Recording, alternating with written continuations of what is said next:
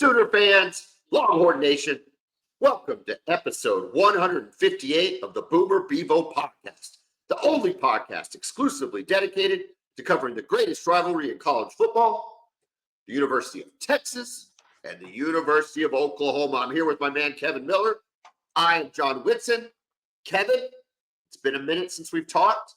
We took a little regular season break following the Big 12 championship, the SEC championship game, all the championship games, but we're back, about to get into the swing of college football playoffs. This is not the college football playoff preview episode, because we will be doing that tomorrow, where we will focus exclusively on the 4 games with an emphasis on the University of Texas hosting Clemson and the other 3 games in the playoff: Indiana, Notre Dame, SMU, Penn State, and Tennessee, Ohio State. We will talk about all of those games. We will make our picks, but we're kind of using this episode, Kevin, as a catch-all for everything that's occurred in college football over the last week, which, believe it or not, even though there's been very little games played, has been a eventful week for Oklahoma, for the college football landscape, a little bit for Texas, although I think they're focused on getting ready for Clemson more than anything. So it's just really interesting where we're at. There's a lot going on. There's a lot going on. Let's start. I know we said we were going to start with the portal, but let's start with the Heisman. Just real quick. I want to talk Heisman. I am fascinated and continue to be fascinated by the backlash that Travis Hunter receives for winning the Heisman. People are like, well, he was only the 5th best receiver in the country. He was only the 11th best corner in the country. How can you give it to somebody that wasn't even the best position in the best position, in the country at their own position? And I say to them, are you out of your damn mind, Kevin? The guy on any given team in the country, we're talking Georgia, Alabama, Ohio State, Penn State, Oregon, anybody else, SMU, Penn State, it doesn't matter. Any team he would have been on, including Boise State, he would have been the best player on the team. Correct. He averaged 100 snaps a game. John, we've never seen this before. Kevin, I don't understand. Listen, Ashton Jeanty gave him as good a run as anybody could give him. And does Jeanty win the Heisman any other year? Probably. But this is a no-brainer. Correct. And the hate, okay, I'm gonna go back. I'm gonna watch his acceptance speech again, because I want to see why we hate this guy. Same. Dude, his acceptance speech was fantastic. Yes, he's just a normal, humble kid. He's very likable. And what is there not to like? His grandma's got him playing football at age 4. His cousin and him play NCAA, where they built Heisman guys and gave him 99 on everything. I mean, he takes his coaches. He takes his mom. I think his fiance might be a little bat hoop crazy. Just all the stories you hear about her, and then the videos, and then just looking at her, I think that could be the one chink in the armor, because that chick looks insane. Well, in his defense, in her defense, hold on, her defense, it just seems like she's somebody who is not ready for this attention. It doesn't seem like she likes any attention. She doesn't like being in crowds. That's just what it seems like to me. And maybe what you're saying is true, but it seems more than anything she's not prepared for the spotlight that she has been put into. Look, you are probably right. That is probably the voice of reason and wisdom from Kevin Miller. However, I'm married to a redhead. I know crazy when I see it. It's in their eyes. And this chick might as well be a redhead. That's all I'm saying. She looks nuts. But beside the point. First of all, that's your words, not mine. Shout out to Alice. Alice, I love you. I just want to make that clear. I'm not coming on our podcast and calling Alice crazy. That's all I'm saying. I think I heard you say she was crazy. That's not the point. The point is, we're not even, dude, I think he wins the Heisman. I don't know. I think if he goes up against Caleb Williams, he might win the Heisman. And Caleb Williams was the odds-on Heisman winner that entire year in 2022. Yeah, for sure. You just never seen anything like it. I mean, John, it's not like Charles Woodson won the Heisman in 1997 over Peyton Manning and Randy Moss. And what do you have? 20 receptions, something like that, while playing corner. Travis Hunter had 92 catches, 1,152 yards, and 14 touchdowns. 14. Yeah. He's the number one receiver on a really good football team. And he's the number one corner on a good football team. What are we talking about? We've never seen this. Even when Chris Gamble, who, I love from Ohio State back in the day, if we have any younger listeners, Ohio State had a guy named Chris Gamble who played on their 2002 national championship team, and he played both ways. And I thought it was so impressive back then. But he didn't have nearly the production on offense. Nowhere close. I don't know how many receptions he had, but it was nowhere close. It was just impressive that he was out there both ways the entire game. But we've never seen anybody play both ways and have this kind of production on both sides of the football as Travis Hunter. And it's just a great story, right? When you see a guy who is rated as the number one prospect in the entire country, and 3 years later, he's lifting the Heisman Trophy. It's just an absolute dream. It doesn't happen, Kevin. Correct. And listening to his story, that's what you want. Exactly what you want. What you hope for. You want the kid that was put into unfortunate circumstances. You want the kid who acknowledges that it took a community to raise him up out of those unfortunate circumstances, put him in a position to succeed. Then, because that's not enough. You can't just be put in a position. Plenty of kids are in a position to succeed, but then you say, okay, I owe this to the people that got me here, to work as hard as I can, to be the guy that I had the opportunity to be. And that's what this kid did. I don't know.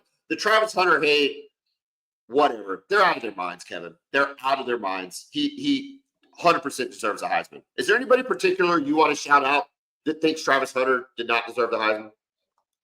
Well, my good friend, your son, Jeffrey Woodson, said it was a bit of an embarrassment that he won the trophy. And I'm like, what are you even talking about? And there's not many more people whose takes I typically respect more than Jeffrey. So let me just say that. Kid is really smart and knows a lot about sports, but I don't know. I think he's way off on that one. I think he's way off too. He doesn't bring me that. He knows I'd shut that down, Kevin. He doesn't bring me that. He knows I'd shut it down. All right. There you go. There's our Heisman take. I think Kevin and I both agree. Kevin called this 2 years ago. So I credit where credit's due. But listen, Genty gave him a run, man. He gave him a great football player. But I think we've seen what Genty has done before. We've seen this kind of thing before. Dude, but he might do it in the playoff. He could. Listen, he could run over everybody. Look. We're going to talk about the playoff games. Oregon knew Genty was all Boise State had, and they couldn't stop him. And that's the number one team in the country. Yeah. So you got Penn State. Now, will the conditions be tougher? Yeah, but they're coming from Boise. It's not like they're haven't ever seen snow before or whatever the weather conditions are going to be like. We'll have weather conditions too on tomorrow's podcast. So anyway, it's just going to be the college football playoff. It needs its own show because I'm so excited about that I can't even handle it. All right, back to Oklahoma and Texas football. Let's talk a little transfer portal. Let's start with the University of Oklahoma. In our last episode, we talked about the numerous people we lost. I want to reiterate my statement, Kevin. I don't care who we lose on the offensive skill positions. They were either terrible or they were hurt. And there's no two ways about it. And this goes for Nick Anderson. I love Nick Anderson. Nick Anderson gave us one of the great moments in college football history, catching that ball in the corner of the end zone in 2023. He is a talented football player. He's going to go to LSU. My God, he'll probably tear it up. But at the University of Oklahoma, it just didn't fit. We have to have a clean break from the old regime to the new regime. I'm not upset about it. I'm not upset about Barshar. Now, defensively, you and I are both fans of Dason McCullough. That hurt a little bit. That hurt a little bit. I don't think we've talked about this one. That hurt a little bit, right? No. Yeah, I mean, he's such a talented athlete, right? And just makes you wonder, was it the injuries? Was he just not a scheme fit? What happened there? I would have liked to have seen him more kind of playing on the edge. And Same. maybe he looks at our edges and says, I'm not, if our Mason comes back, which I don't know is a guarantee. I don't know that we know everybody that's going to declare yet. But golly, dude, just the size and the speed and the range and all the things he had. He just had all the measurables. So that one stings a little bit. Offensively, dude, I don't care. I don't Here's the care. thing, though. Here's the thing. What kind of sucks about this is you have to play against Bauer Sharp next year. You have to play against Nick Anderson. That's the only thing that I don't like. You got to play against Jackson Arnold. I know. We hadn't talked about him yet. We hadn't talked about him. I was kind of waiting on that. Okay. Yeah, you got to play against Bauer Sharp. You got to play against Nick Anderson. Let me recap for those that are tuning in and maybe don't know. Nick Anderson's going to LSU. Bauer Sharp going to LSU. Jackson Arnold going to Auburn. And we don't know anything about Farouk or Anthony as of yet, correct? Yeah, I haven't heard about those guys. Okay. Brendan Thompson, real quick, also. Where's he going? Do we know? State. We don't have to play them. You'll have to play them. Yeah, we will have to play them, which we played them twice now. And by the way, you said this about Brendan Thompson over the summer. I think that he's a speedster that just never really developed his route running at Texas. He's going to have to develop his route running. Is that just the simplest explanation? Is it he just never developed his tactician? The tactics needed to be an elite wide receiver. Correct. Yeah, I mean, he had the opportunity. The opportunity was there this year, right? Everybody else was hurt, and still couldn't really elevate his game to become that guy. Which he's really going to become just a speedster. That's just what he is, right? If you got some other receivers and you can isolate him one-on-one, maybe bring him in motion and get him matched up against a safety and just run him on a slot fade, there's something there, but what does it say about just isn't there? What is it? I don't want to pick on this kid, but let's pick on him a little bit. He's left. What does it say about him that he's a speedster, but we never ran a jet sweep to him? That we never ran a slip screen to him? Is that just saying that he strictly can run a straight line and that's all that dude has? That there's no wiggle, there's no change of direction, there's no anything? That's certainly what it seems like. I mean, why wouldn't you use that? I mean, same with Texas. He was a true freshman, and he came from a really small town. He's playing 3A football in Texas, so it's a monumental jump going from 3A football to the University of Texas and then to OU. Well, it was an opportunity for him to show what he could do, and he had 19 catches for 230 yards and 2 touchdowns this past year, and all career highs, by the way. Yeah. But it just looks like that ceiling is limited, and maybe Levy can get the best out of him. We'll see. And one of those touchdowns against Houston was reviewed and almost wasn't a touchdown. There's a good chance. There was a good chance he didn't cross the line on that one. Now, we'll say that when he was real quick under Levy, only 7 catches, but for 241 yards, averaging 34.4 yards a completion. So it looks like he's going to be catching deep balls at Mississippi State next year. Oh, and I think that speaks to your point, though. When there's other receivers, he just could never be. He was never going to be the guy. Correct. He was never going to be the guy. And I don't know Arbuckle's offense enough to know if. I mean, I think everybody wants the deep shot to some extent, but his is more about creating space and getting playmakers in space, right? A la air raid. Yeah. Which doesn't seem to want to fit what he's about. No, so not him. No, you need a better, a more precise route runner. I think Deion Burks has a chance to have. I mean, Deion Burks can work in a lot of schemes, but I think he has a chance to be good in Arbuckle's scheme, which is probably why he came back. Okay, that's a lot for Brendan Thompson. I didn't know that we were going to do that, but that's good luck at Mississippi State. All right, so back to Oklahoma. So we've lost everybody offensively. We know that Jackson Arnold's gone. Everybody's gone. We got the offensive linemen. They've, for the most part, stayed. To date, as of December 18th at 10 o'clock, we have signed an offensive lineman out of Stanford, That's never a bad situation for me. Hopefully, he's a Walter Rouse type player. I think he is a tackle. And we've signed a punter out of Kennesaw State, Jacob Ulrich. Whatever, right? Yeah. It's all hinging, apparently, on the number one player in the portal, Ben Arbuckle's former quarterback at Washington State, John Mateer. Kevin, are the rumors coming out of Miami legit, or is it just a bunch of hullabaloo and window dressing, and Oklahoma's going to sign this kid, and we're going to know about it later today? I feel like I would be pretty shocked if he doesn't end up signing with OU. I mean, everything about it just makes sense, having his offensive coordinator and the quarterback's coach, or the assistant quarterback coach. You guys hired him too. So it's all set up there. Now, you never know if he goes and visits Miami and, he sees Miami and they give him a crazy NIL deal, which they can do, right? Then you may have something there, but I'd be surprised if you guys don't get him. I think this is just one of those players have representation nowadays, and they just know how to drive the price up. You drive the price up by letting people know that somebody else is interested and willing to pay. Is it? I guess with him being ranked the number one player in the portal, it's fair that OU needs to put everything in on this guy, right? I mean, we don't really have a lot of I mean, options. you have to. That's the thing. Yeah, you don't have. This is it. This is the option, right? There might be other quarterbacks in the there are other quarterbacks in the portal, but this is the number one guy, and you have his offensive coordinator. So it would it would look very bad if he doesn't end up signing with OU. I want Mateer. We've seen the videos. I'll actually be on the radio with Toby Rowland on Friday for everybody out there. If you want to get on the KREF app, download the app. I'll be on KREF with Toby Rowland live from Brown O'Haver on Friday morning.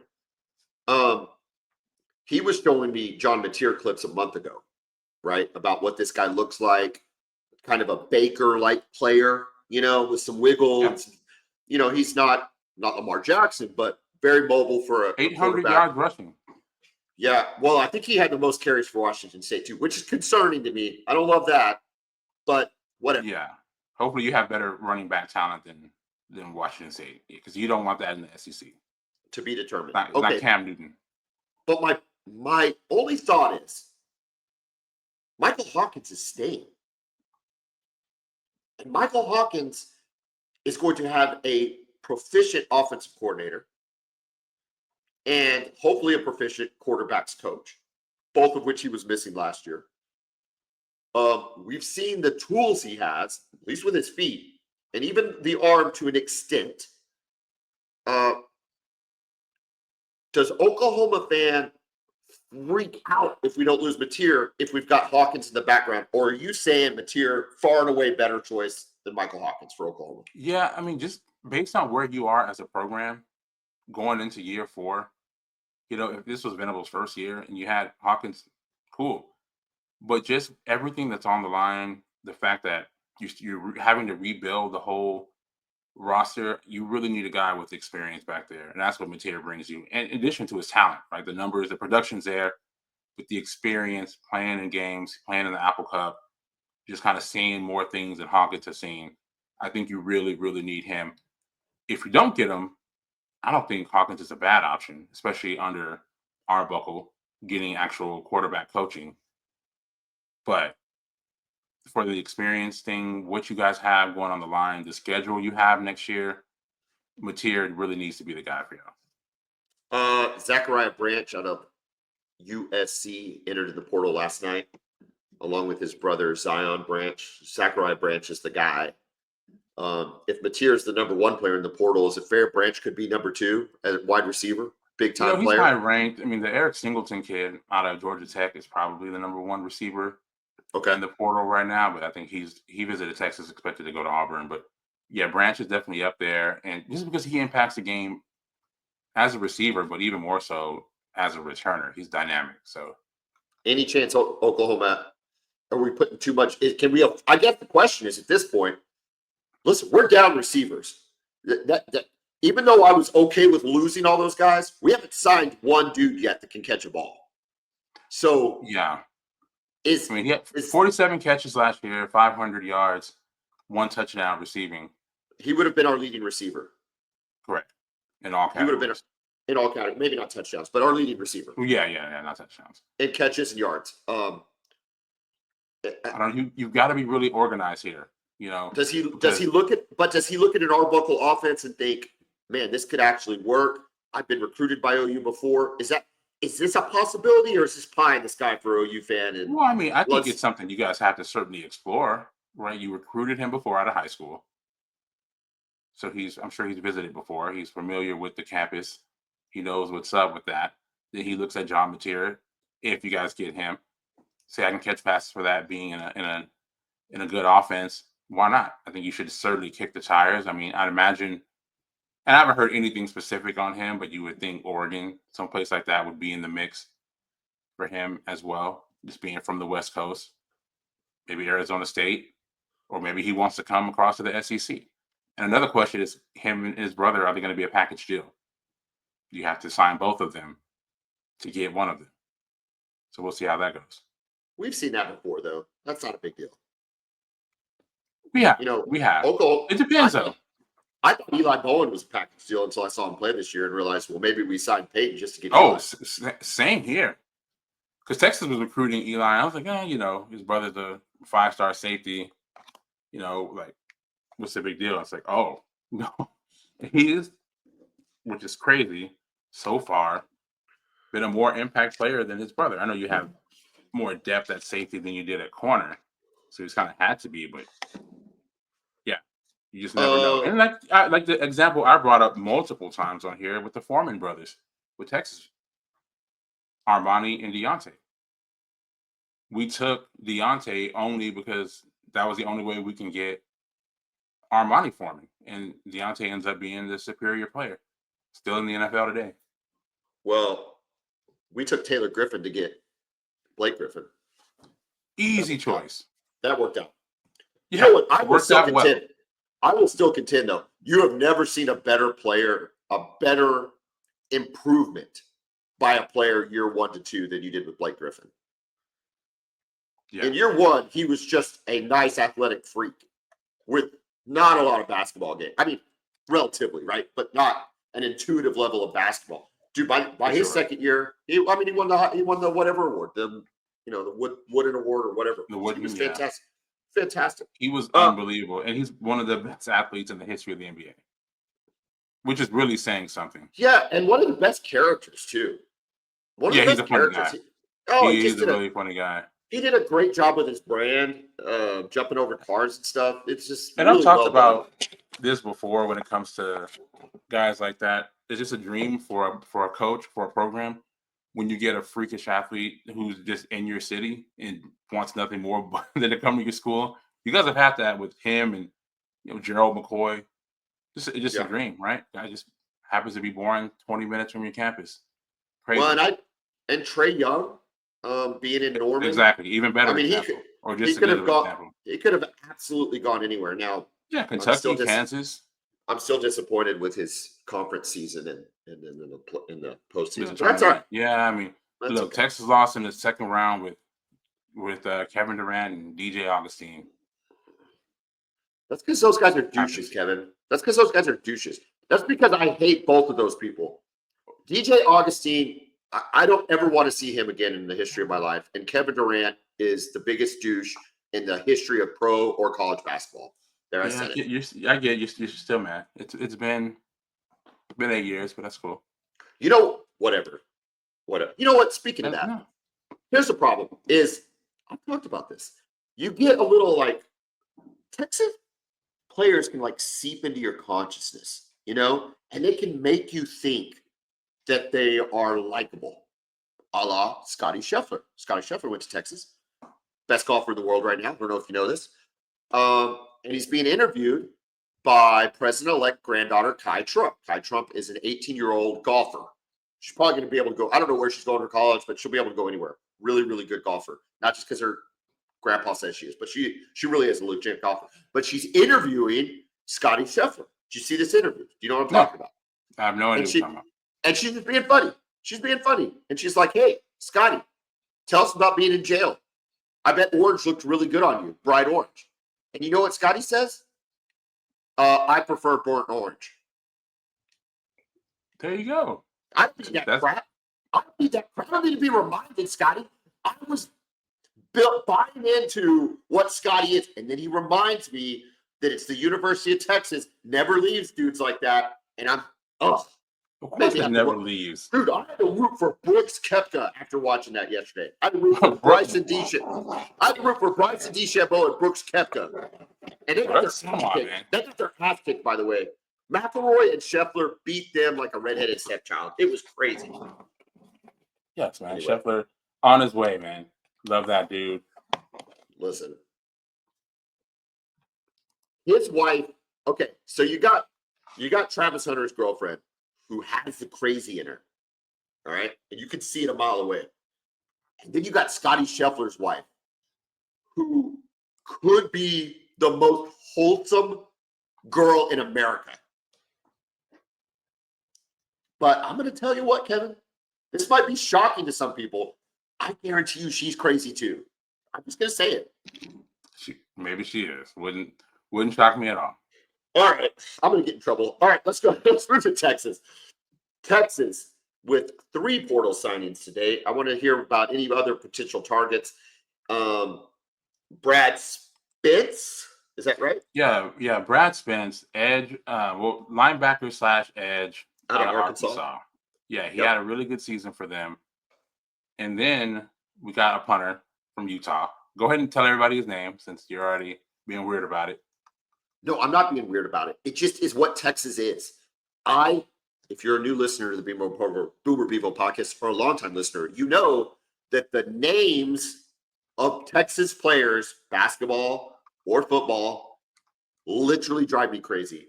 And their punter from Utah, Jack Bowmeister, I'm telling you what, he might have just moved to the top of the list. Between him and Romonts Taylor, I don't know that I can handle it. I do not know that I can handle the names of Texas players. Shout out to Romonts Taylor, by the way. What a weird name. So yeah, we said, everybody, you see his name and it's like Romance Taylor, and it's like, no, it's Romonts. Romonts. Yeah, Romonts. Never heard the name before or since. Some of his best games were against OU. And that's probably why I hate him even more. He was, Wish he had been back in those days. Jake Gomez. And then you got a defensive lineman, which never hurts. You got defensive lineman Cole Bremer. Yeah, Cole Brevard, out of Purdue. So it's just a big physical guy, 6'3", 330. In there. Honorable mention, all Big Ten. So played in a good conference. Purdue was obviously horrible. But they got a couple guys who are into the portal that are being very highly coveted. There's a tight end, Max Clare, who visited Texas earlier this week. He had 40 catches, a very talented athlete. We'll see. He's kind of been all over the place. So he came to Texas, went to A&M, went to Michigan, and now visiting Louisville. There's some connections there with Louisville. So we'll see, but he'd be a nice replacement for Gunnar Helm.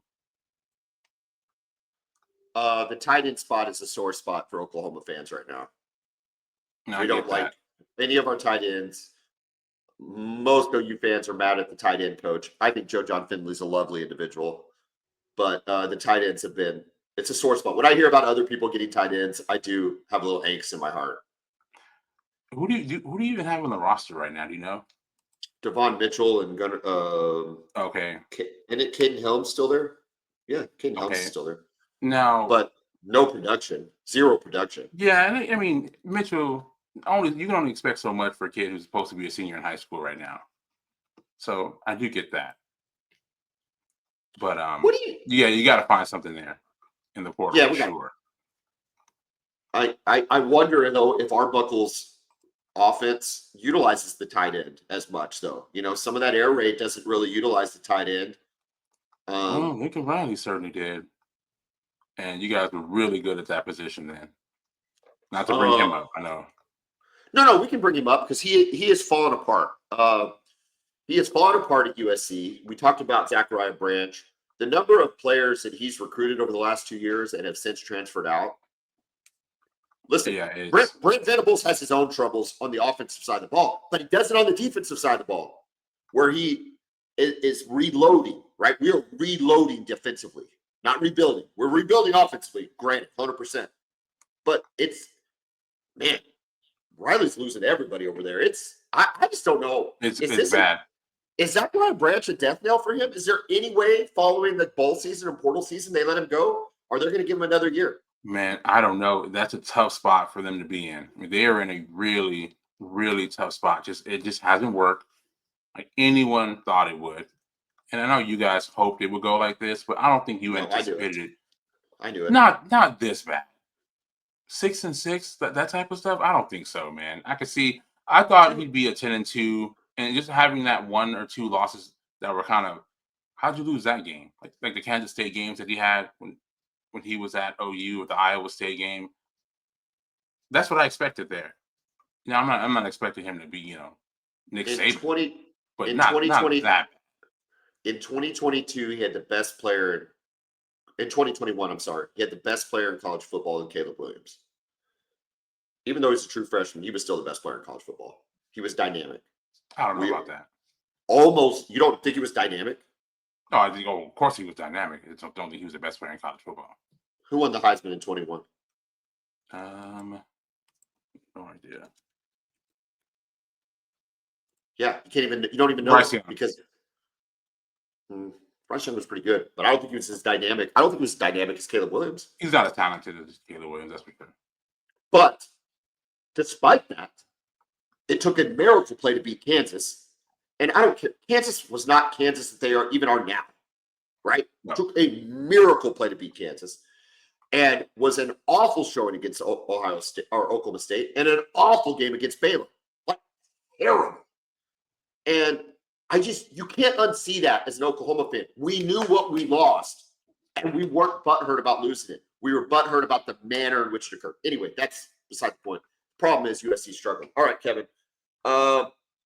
Let's give a shout out. It's 30 minutes in. Let's give a shout out to our sponsors. Brown O'Haver, Public Insurance Adjusters. They work for the insurer, not the insurance company.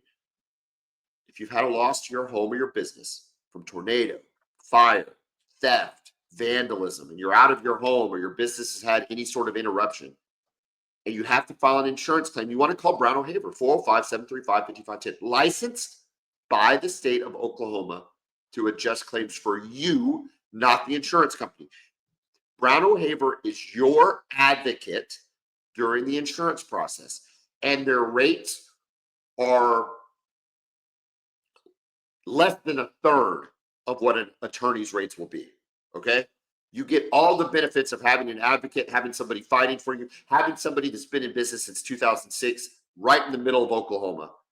Call Brad O'Haver, 405-735-5510. Let us make more money for you, not the insurance company. Kevin, the storms have stopped. Hail will be kind of at bay, we hope, until springtime. If they suffered hail over the summer or fall, and they've got some roof damage, who should they call? Yeah, you got to give our friends at Pioneer Roofing a call. All right, they'll go out and give you a free inspection, let you know if you need to file an insurance claim or if you don't. If you do, they can help guide you through the claims process. Get you a new roof. 405-549-2712, Pioneer Roofing. Kevin, all conference teams came out this week. All American teams have come out this week. All freshman teams have come out this week. The University of Texas was fairly well represented. Did you feel like anybody was missing on the list? Did you like who came out for Texas on those lists? We're talking about the All American. Which one do you want to start with? Let's start with the SEC. Let's start with the SEC because I honestly, and I'm not even being funny, to me, that's all that matters is how you do in this conference because this conference is the cream of the crop. This is voted by the coaches. Okay, so let me go ahead and share this with you. But the first team quarterback. Now, have you seen this list yet? No, I have. I really haven't been paying attention to this. Just real quick, while I pull it up, who do you think the first team quarterback was in the SEC?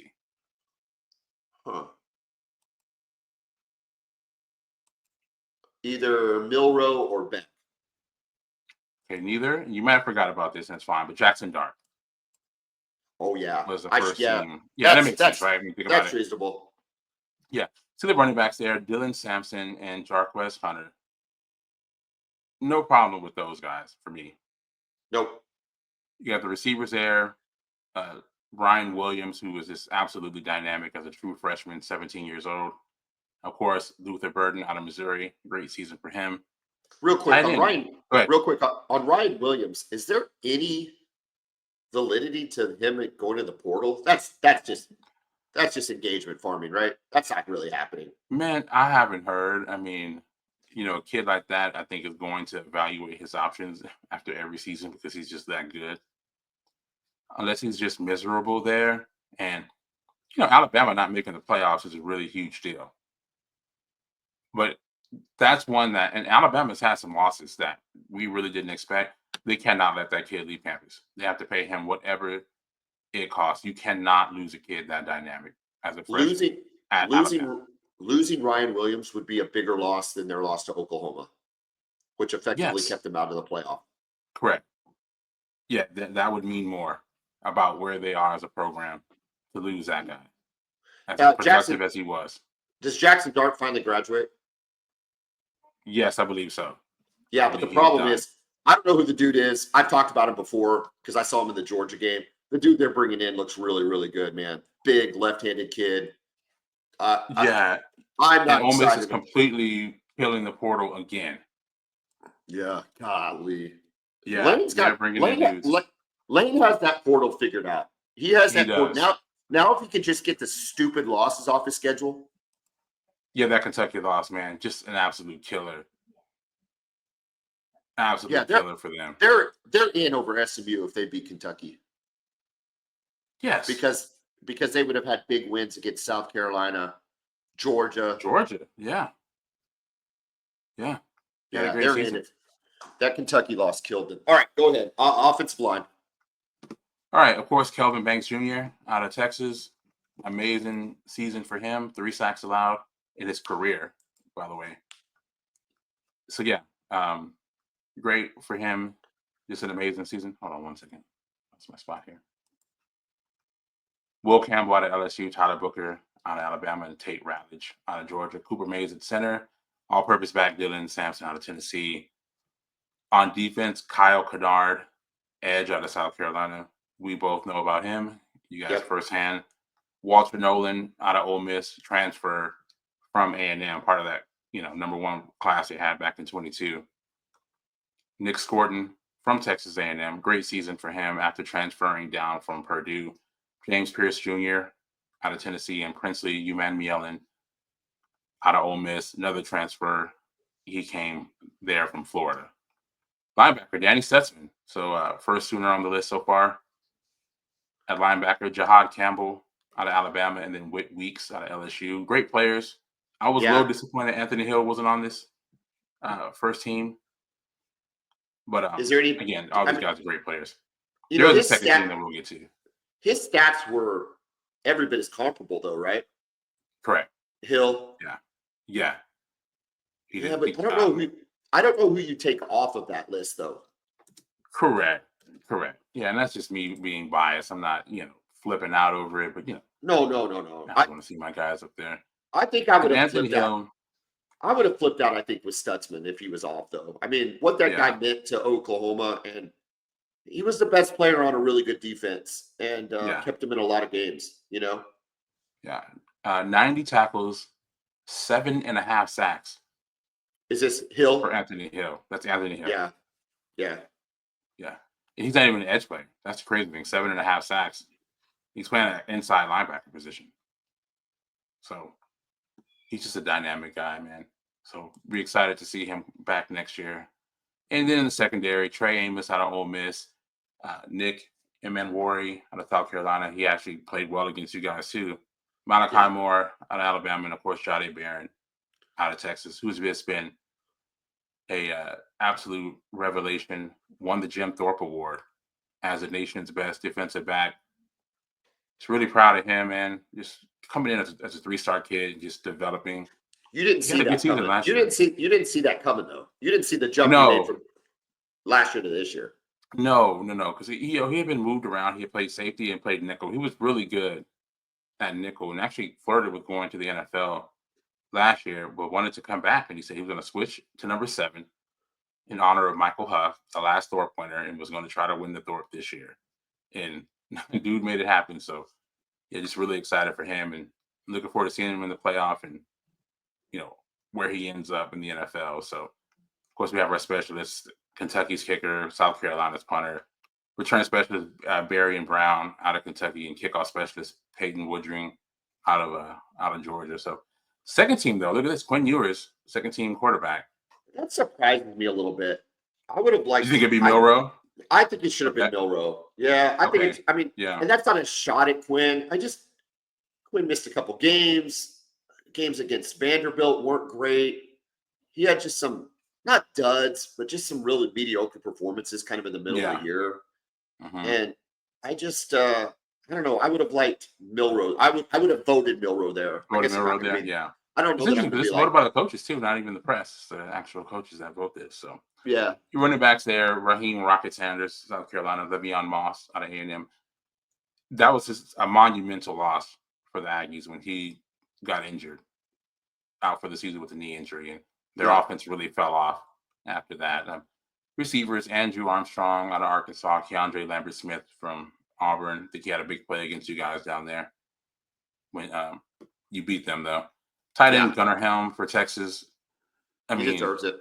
Yeah, he deserves it. What a great season for him. And it's one of those, you talked about Jahdae Barron and Gunnar Helm, similar, right? He was just kind of our blocking tight end behind Jatavian Sanders. And I'll tell you, he was better than Jatavian Sanders was at tight end this year. He's got the pedigree of what works in the NFL right now. He really does. Yeah. He even more so than Jatavian Sanders, which, to your point, I wouldn't have known. But boy, he looks like a guy that could just fit right in to an offense in the NFL and be, I don't know how good he'd be, but Mark Andrews, a lot of these kind of guys just are really, really good tight ends in the NFL right now. Yeah, just super reliable. Yeah, I mean, Jatavian Sanders is a 5-star out of Denton Ryan, and Gunnar Helm's 3-star out of Cherry Creek, Colorado, in the Denver area. Just a relatively unknown guy. And just, I think it speaks to the development. And remember, the running joke with Texas, which was completely accurate, was that Texas doesn't develop their players. And that used to be true. And you just can't say that anymore, man, with some of these guys that we're sending to the NFL and that are developing. A lot of these are 3-star guys. Jahdae Barron was a 3-star. Gunnar Helm was a 3-star. So it's great seeing the development that Texas is having. So, offensive line and Caden Proctor, Dylan Fairchild, Mimbu from Missouri, and Emory Jones out of LSU, Jared Wilson out of Georgia at center. And then defensive line, see R. Mason Thomas there. Second team All-SEC. I think he deserved it, man. He was solid. And what I liked about R. Mason Thomas this year is when the plays were made. Yeah. It was fourth quarter, closing out games, whether it was Tulane, Auburn. Auburn. I mean, he had a motor in the fourth quarter. I thought they used him really well. I would like to see, first of all, I'd love to see him come back. That goes without saying. I would love to see him come back. But further, I would love to see, can he make a jump from this year to next year, right? That we saw from Gunnar Helm, that we saw from Jahdae Barron. I think he's real similar to kind of where Jahdae Barron was, right? Yeah. He's really, really good. He will get drafted if he goes. But, man, could he come back and be first team All-SEC, first team All-American? Can he add some stuff to his game that's already really good? I think, you just don't want to lose a kid like that. You're hoping that Oklahoma is making an NIL run to keep him there. I expect that someone like him would, submit for a draft grade, see where it comes back, and then decide from there. Yeah. Yeah. 9 sacks for him, by the way. 22 tackles, 9 sacks. Dude, and I think 8 of them were in the fourth quarter. I don't think I'm being funny. Would make sense. It just seemed like it. That would make sense. So, all right. So, linebacker, we had Anthony Hill out of Texas, Jalen Walker out of Georgia, who won the Buckus Award, by the way. So, the Buckus Award winner is not even first team SEC. And then Chris Paul out of Ole Miss, very impactful player for them. The DBs, Malachi Starks out of Georgia, Jamad McCoy out of Tennessee, Will Lee from A&M, and Isaac Smith out of Mississippi State. Real quick, on the second team. I shouldn't care about the punter, but Oklahoma, Elzinga should have been the punter on the second team, if not the first team. He's a good punter. He had a really All right. I see Wisner made third team. Let's go through those real Yeah, you quick. got Lenore Sellers, and then Trey Washington from I Texas. still think Milroe's getting hosed, man. I think Milroe. If I'm Alabama fan, I'm wondering where Jalen Milroe's at. That's frustrating. Mm-hmm. Go down, and First of then all, Ole Miss with 3 guys on the third team and the defensive line showed you the depth of defensive linemen in this conference. Billy Bowman on the third team is fine. I think we're graduating a really good player. He did not make the jump, right? That Ajay Barron did. Yeah. And whether that's scheme or whatever they did, I just thought that he could have had an opportunity. Hey, look. Yeah, me too. He's a guy that you think has a talent to kind of dominate games defensively and just be a consistent playmaker. He was never that solid player, great athlete. I'm curious to see how he tests, leading up to the combine and kind of where he ends up there. Okay, listen, we've got some basketball to talk to now. Oklahoma plays Michigan tonight in the Jumpman Invitational. Oklahoma's undefeated. They're number 14. They're playing number 24 Michigan. They are undefeated. They beat some named teams like Arizona, but they haven't beaten anyone outside of Providence that's currently in Lenardi's bracketology. So this is a huge game for them. They are a 3.5-point dog in Charlotte on notable names on Michigan's team, although I don't know how big of contributors they are. Juwan Howard's son, Scottie Pippen's son, and then a guy named Fat Fat. So there's a lot to take in tonight, Kevin. I want to give you one more stat, though, as it relates to the SEC basketball. So Oklahoma and Texas I thought, going from the Big 12 to the SEC in basketball, potentially we could get a breather. Potentially this could be the one segment of the athletic department where maybe it's a step down in competition. Yeah. Right? We thought that. Not having to play Kansas first and foremost, right? Not having to deal with them. You don't have to play Kansas. You don't have to play Baylor. You don't play Texas Tech, who's been really good over the last 5 or 6 years. Always tricky. They always have a couple NBA guys. K-State has just been a bugaboo for Oklahoma. I mean, I don't even know the last time we beat K-State. And then you've added BYU, Utah, Arizona, ASU, Houston. Don't forget Houston's in that conference. Yeah. So anyway, that's how good the Big 12 is. Let me give you a stat that I heard on the radio this morning. Credit to KREF. Download their app, KREF Sports. The SEC this year is 30-4 against the ACC. That's wild, man.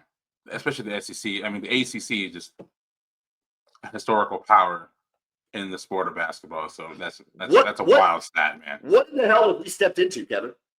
Right? Yeah. Oklahoma was picked 15th in the SEC, and we're number 14 in the country right now.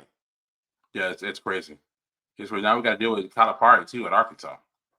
South Carolina was projected to be the worst team in the SEC, and they just beat Clemson, who beat Kentucky in the ACC Challenge, SEC ACC Challenge. My point being is, I don't know. Give me what's the outlook right now for Texas basketball? I'm not sure.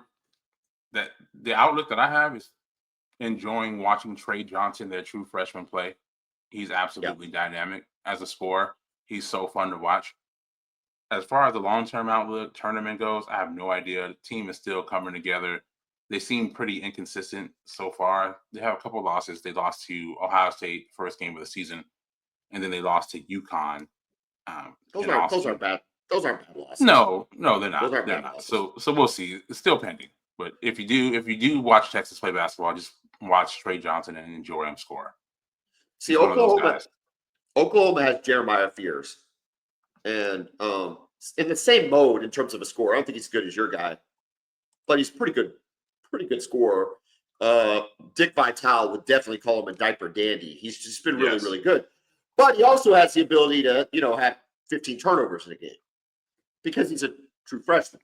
But this is just where we're at, right? I think this right here is a huge game. This is a tournament team. This is a big conference team. It's not a road game. It's a neutral site game. But like the girls, for instance, they had to play Michigan yesterday. And that was a big-time game for them. And you could see the physicality that went into that game, although the officiating was just terrible. I don't know. Sometimes you watch basketball and you just get so frustrated at how much influence officials have on a basketball game. Yeah, They can just they can change a flow of a game like in no other sport in terms of whether they go ticky-tacky or they let them play or they're inconsistent or, all the above, whatever. OU beat the women's game. The women are really good, dude. They beat Michigan 72-62. So we're going to see what Oklahoma does against Michigan. I do tell you, it is really cool when OU gets to be part of the jump man. Yeah. I think if this wasn't NIL driven, I think the jump man would be a huge selling point to want to come play basketball at Oklahoma. NIL, I think it's changed a lot of that. You still get a lot of that jump man money, so I'm sure that helps. Yeah. But, whatever. Anyway, that's what's going on in basketball in Oklahoma and Texas. Do y'all have any games this weekend? Are they going to make y'all play games during your playoff run? Well, probably, since the games are scheduled long in advance. They play against New Orleans tomorrow. That's okay. You can deal with that. Yeah. Okay. I got to talk NBA Cup with you, Kevin. Worst game I've seen Oklahoma City Thunder play all year. I think that goes without saying. They lost 97-81. Shea, it might be one of the worst games I've seen him play in 2 years. 8 of 24, 21 points. His plus minus was 17, which corresponds with the game. They lost by 16. So are you saying he was a minus? He was a minus 17? It's a minus 17. Wow. Yeah, I don't even know the last time I saw him as a plus minus in double digits at all in terms of a minus. J-Dub wasn't much better, if at all. 8 of 20 for 18 points. He was minus 5 and plus minus. Let me ask you this. As a Thunder aficionado, did you see concerns that came out of this game? Or do you see nothing but motivation for the rest of the season? Nah, I think they just had a stinker of a game, which happens in sports. It happened to happen on a big stage. That's the worst part about it. You just get Did the youth of Oklahoma City get seduced by the lights of Las Vegas? Maybe. That's a valid question. And they're there for a few days. Maybe they had a little fun. Not everybody's Michael Jordan and Charles Barkley. Not everybody could just roll out to Vegas. I mean, can you imagine if they played NBA Vegas games with Barkley and in the 90s? In the mid 90s? Yeah. Or with Allen Iverson. Was Allen Iverson about here? Was he a casino guy? I don't know if he was a casino guy, but he was a partier. I mean, he was all really? He might have been at the club. You're saying he might have been at the club. Yeah, exactly. Not at the casino, at the club. They used to talk couldn't happen back then. They used to talk about the problem with going to LA. Remember, that was an issue. Oh, go to LA and you'd play those back-to-back games, and you might have an in-between game, but you play both LA teams, and they talk about everybody going out, and that's why that second game was always just terrible. Yeah, you usually lose. Yeah, you're tired. Doesn't go well for you. Too much fun to be had out there in those cities, especially when you're young and rich. Oh, these guys are rich, dude. The money that these guys are making. It sucks. However, I wonder if the NBA Cup, who won the Cup last year? The Lakers did. Okay. Right? So that's all you need to know. Winning the Cup is not indicative of any type of long-term success. No, not at all. It's going to be, I like the Cup. I like having something to talk about in December. Yeah, it's fun. Creates a little bit of urgency, but it's still not playoff basketball. Like, I watched the Hawks play these Bucks in their semifinal game. There was not a lot of defense being played in that third and fourth quarter, like there would be in a playoff game. Yeah. Trae Young would not have had the opportunities to score in a playoff game, right? It just doesn't. He's been looking really good, by the way, this year. Oh, he's been looking good. He's been looking good. His games, he's maturing. He's maturing as a player. Yes.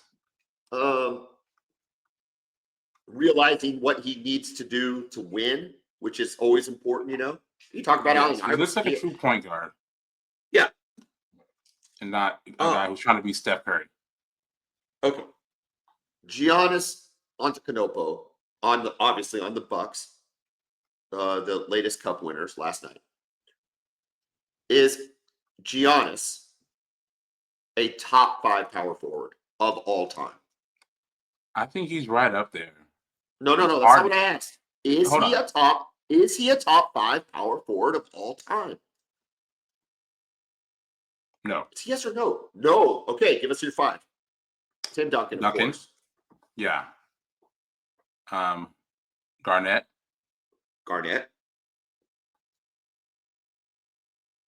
Malone. Barkley.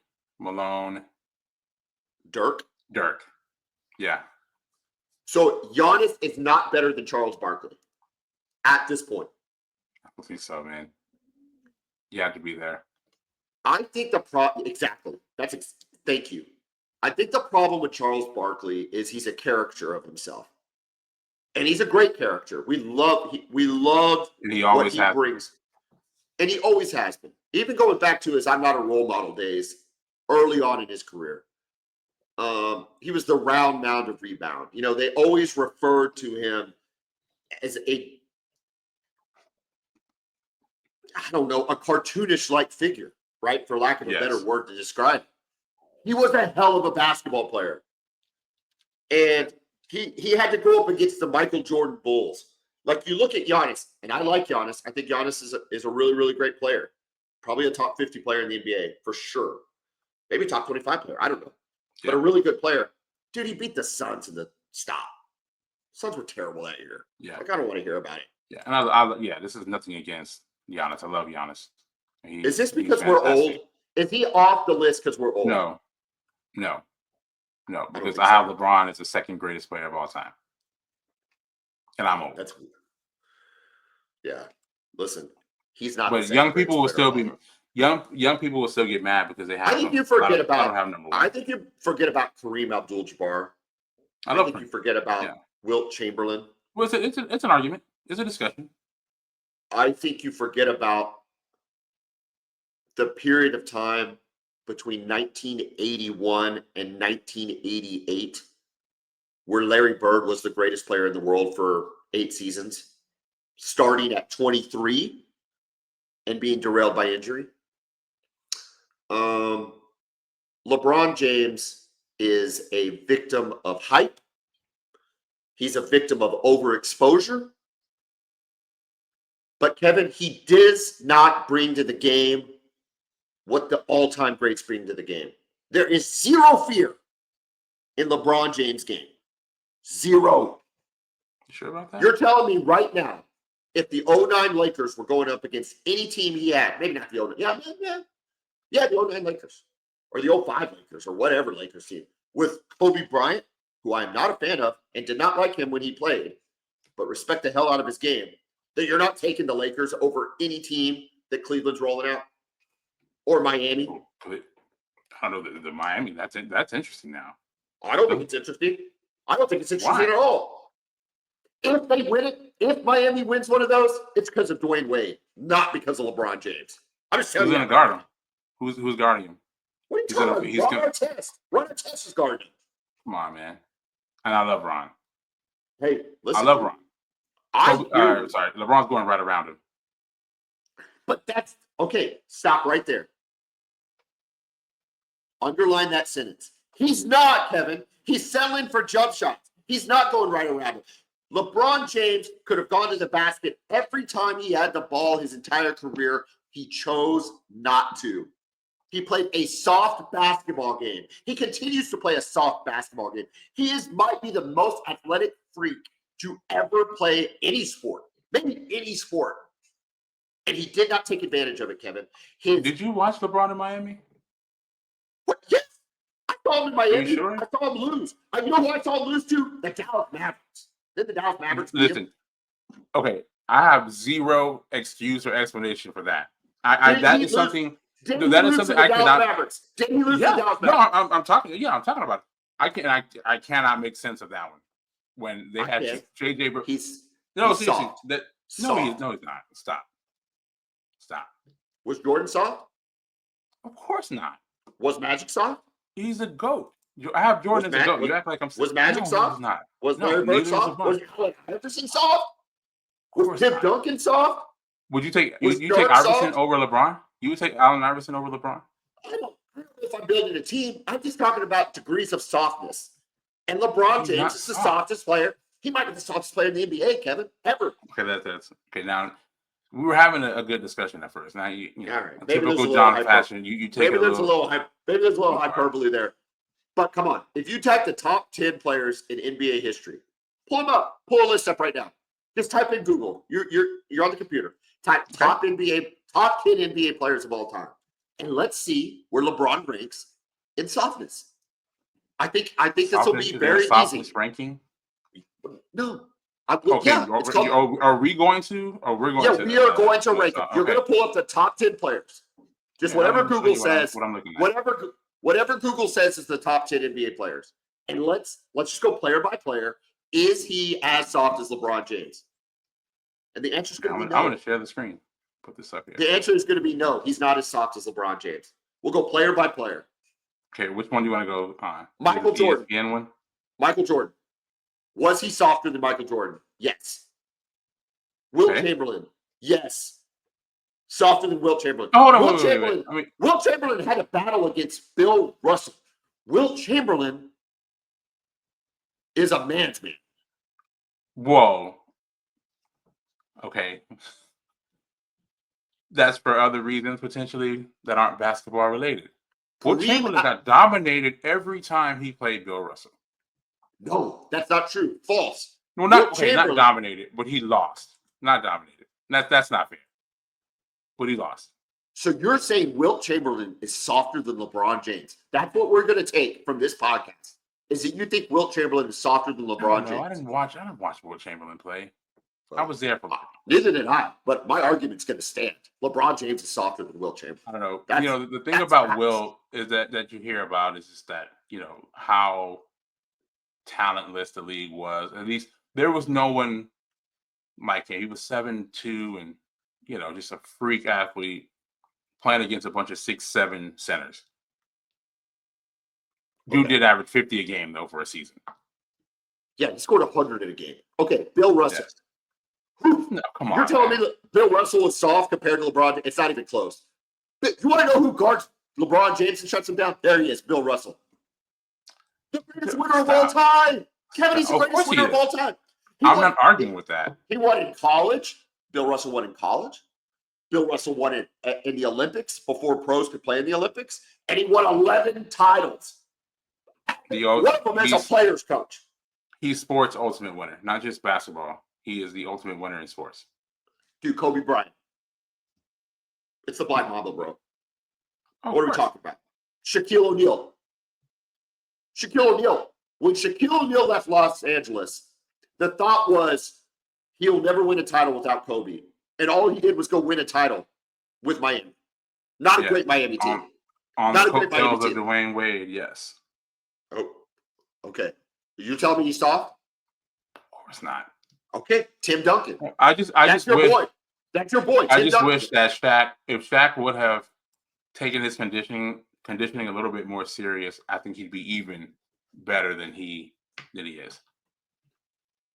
Come on now, Duncan. Okay, you got Kareem, Wilt, Shaq, Bill Russell. Those are your top 4 centers of all time, right? Yeah. So you're saying that Shaquille O'Neal is a top 4 center of all time and did not live up to his potential? No. I mean, I think he could have been as dominant as he was. I think he could have had even more success if he would have taken his condition. That's what drove him and Kobe apart. Is he hated the fact that Shaq would show up to the season out of shape and then work his way into shape as the season went on. I love Shaq. No one's ever been more dominant. 2000 Shaq. And, people say that he couldn't play now. I'm like, dude, what are you talking about? He was very skilled. Remember, look, we're looking at 9 guys on this list. It just happens to be what Google's pulled up as 9 guys, which is fine. This is a perfect list. We got Michael Jordan, LeBron James, Larry Bird, Wilt Chamberlain, Shaquille O'Neal, Tim Duncan, Abdul-Jabbar, Kobe Bryant, Bill Russell.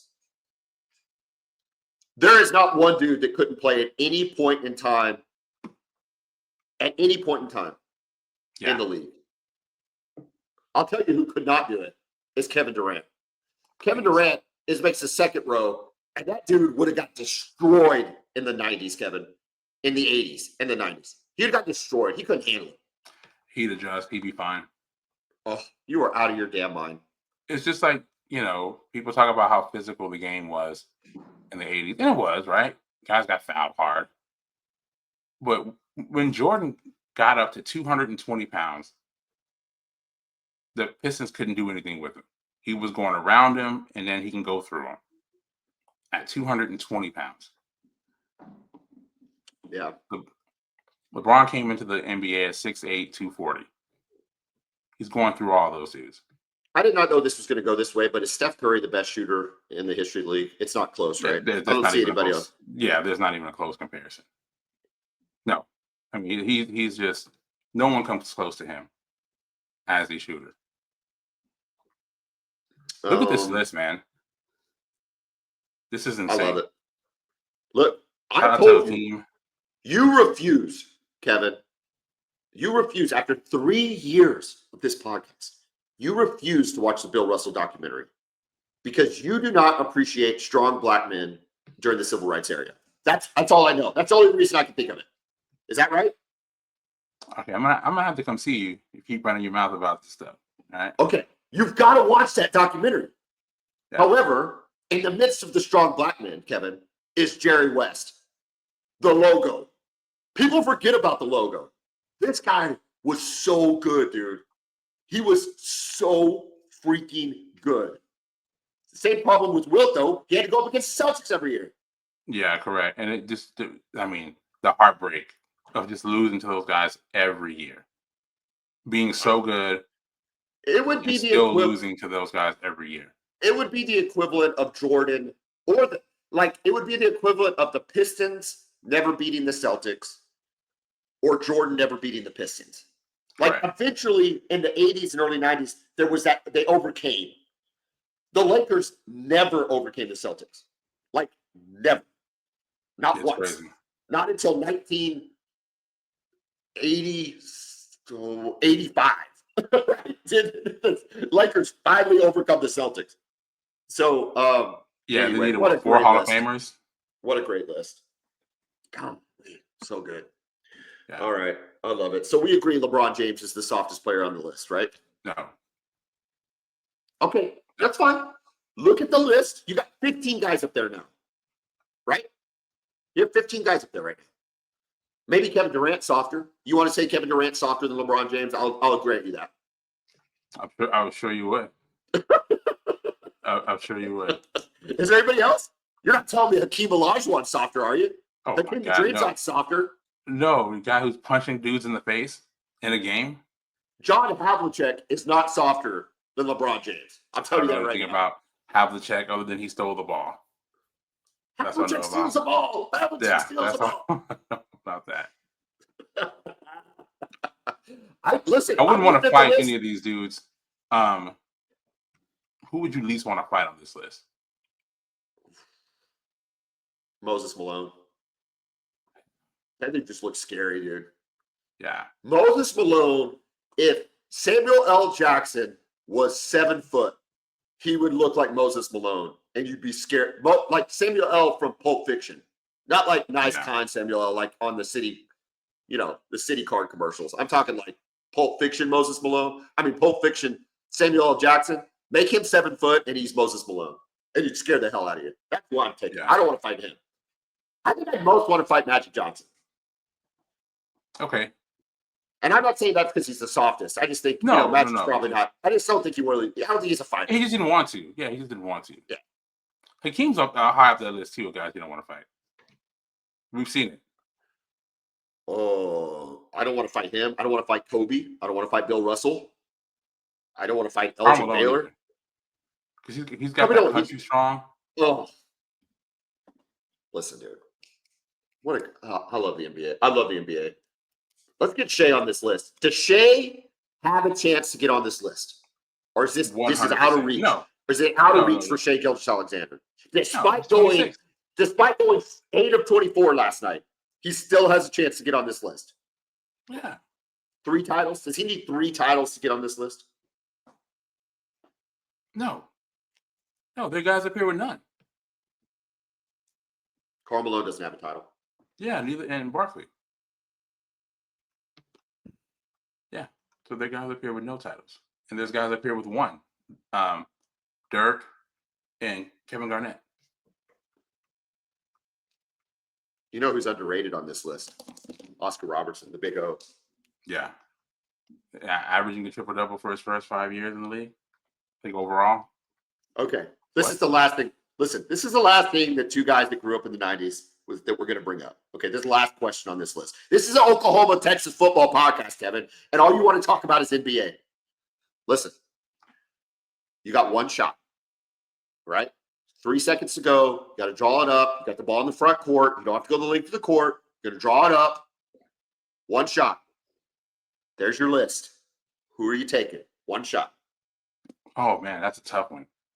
And there's 3 guys I have in mind. It's the easiest question in the world. It's the easiest question in the world, but go ahead. No, it really isn't. But these are the greatest players of all time. These are the greatest players of all time. You can choose any one of them. We've seen clutch moments from literally everyone on this list. All I've ever seen is a block. All I've ever seen is a block from LeBron James. If I needed a block, I guess I might go LeBron James. That's it. But go ahead. You'd be surprised if you actually looked at LeBron James's clutch stats. You'd be very surprised. Yeah, look at Russell Westbrook's clutch stats. His were good too, and he was okay. Go ahead, I'm ready. Who you got? Are they 1 shot? Russell Westbrook's clutch stats when he was with the Thunder were really, really good. But anyway, that's not the point. The point is, you got 1 shot, Kevin. Game 7, 1 shot. You're drawing the inbounds play up. Who are you drawing it up for? You see the mouse cursor? Larry Joe Bird. Yeah. I don't know how you do. I don't know how to debate that because that's the answer. Jordan is up there too. But it's Larry Joe Bird. He had ice in his veins, dude. Correct. Ice in his veins. Right. You know what, too? This is going to sound surprising to the people who know me, who know that I'm a Celtics guy over a Lakers guy every day of the week. I like Magic. Magic's a close second for me. Magic was a clutch performer. The dude smiled a lot and had the fancy passes and had the HIVs and all the stuff. But when it came down to it, he was a basketball player. And I loved watching Magic Johnson play basketball as much as I hated watching Magic Johnson play basketball. Does that make sense? Yeah, it does. And then Jordan. Then Jordan for me at 3. Yeah. Maybe Jerry West, Mr. Clutch. I don't know. Mr. Clutch, yeah. But you really can't go wrong. I've seen Kevin, they call him Mr. Clutch. I don't want Carmelo, though. It's probably the least. I don't need Carmelo. He's at the bottom of the list, though. Dude. Sure. How about this? Kobe, KD, or Dirk? Kobe, right? For the last shot? Last shot. Probably Kobe. Dirk hit some big shots in his life, dude. He did. Dude, we know about Charles Barkley. We know about Charles Barkley as Spurs fans. I think he beat the Spurs single-handedly like 12 times. Yeah, he did, man. God, that one hurt. He owned the Spurs. It felt like 12 times. Maybe it was only once. That one hurt, man. The 93. You know who's not on this list? I don't know that he should be, but David Robinson. You know me and him think he's right up here at the top. Dude. And we talk about players who, from back in the day, who would just be even better now. He'd be the best player in the NBA right now. You think Giannis is good? Try David Robinson. Yeah, he's a more skilled Giannis. Oh, absolutely. David Robinson, and I mean, every bit as athletic as Giannis. Like, every bit as athletic, but the size is still there. He was a better shooter. He was a better shooter as a rookie than Giannis is now. Yeah, he was a better ball handler. And that was before high volume bigs. That was before Dirk was allowed to take that many shots. You know? Right. Or even Kevin Durant. Kevin Durant would not have been allowed to take that many shots in 1988. They'd have made him go on the block. Hey, you need to get in the weight room and get on the block. Listen, dude. Kevin, you are the funnest guy in the world to talk NBA. I give you a bunch of crap, but I love talking NBA with you. You're the best. All right, dude, listen. We're going to do another show probably tomorrow. and we're going to talk college football playoff. Let's just real quick recap what we've got going on. On Friday, it's Indiana, Notre Dame, 7.5-point favorite Notre Dame. Saturday, did you know these were being broadcast by TNT, the next two games? I did. Yeah. You did? Kinda You crazy. did know this?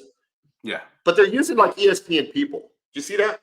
It's like Mark Yeah, Jones. it's an ESPN production. Yeah, but it's on TNT. Weird. According to my brother, it has something to do with losing the NBA.